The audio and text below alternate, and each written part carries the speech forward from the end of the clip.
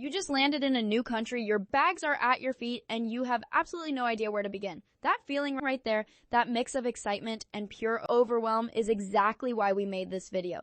Because finding your new home is only step one. What comes after that is where most newcomers get completely stuck. So today we are breaking down every single thing you need to set up the moment you have an address, and we are going to make it simple. This is video 22 in our complete newcomer series, and if you have been following along, you already know we keep things practical, honest, and real.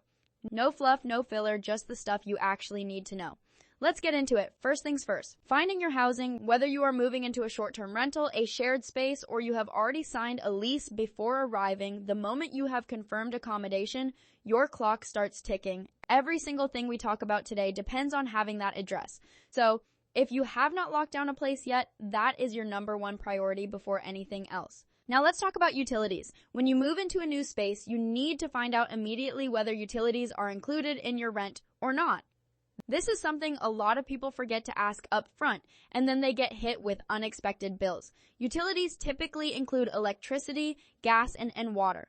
Call or go online to connect with your local utility providers as soon as possible.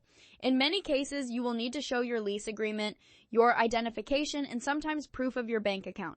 Speaking of which, let's talk about that next. Opening a bank account should be one of the very first things you do after arriving.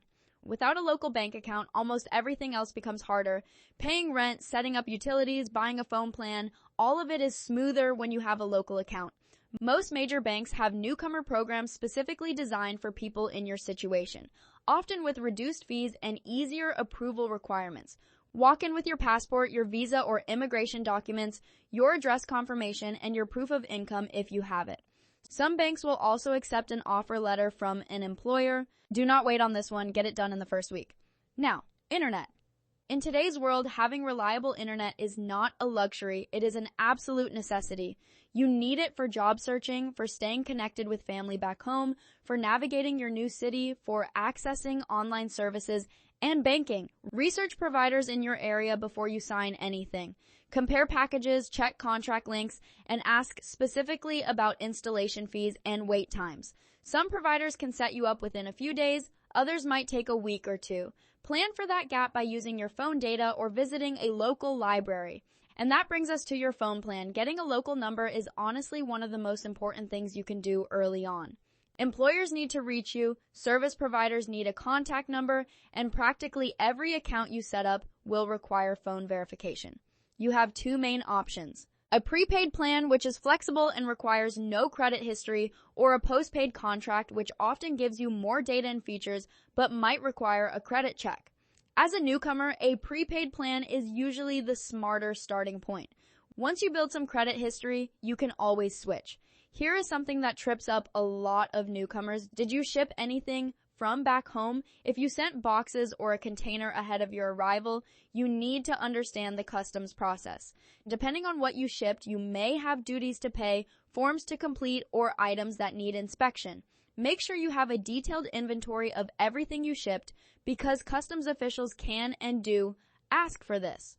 Also keep all your receipts. If items are used and personally owned for a significant amount of time, many countries exempt them from duties.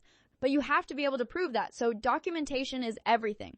Now here is what the smoothest newcomers do differently from those who struggle. They treat the first 2 weeks as a mission-critical setup phase. They do not try to relax and ease in. They hit the ground running, they create a checklist, they tackle one task per day, and they do not stop until every essential service is connected and every account is open. That discipline in the early days sets the entire tone for your transition. There is also something important to keep in mind emotionally. This phase is genuinely exhausting. You are making dozens of decisions in an unfamiliar environment, navigating bureaucracy in a new system, and probably dealing with some level of culture shock on top of it all. That is completely normal. Give yourself permission to feel overwhelmed while still moving forward. The two things can coexist. Let's do a quick recap so you have a clear action plan walking away from this video. Step 1, confirm and secure your housing so you have an address. Step 2, contact utility providers immediately and get electricity, gas, and water set up in your name. Step 3, open a local bank account within your first week.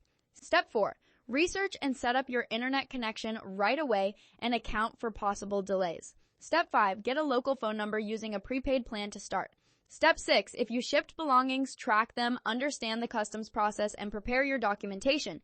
Every one of these steps connects to the next. They build on each other.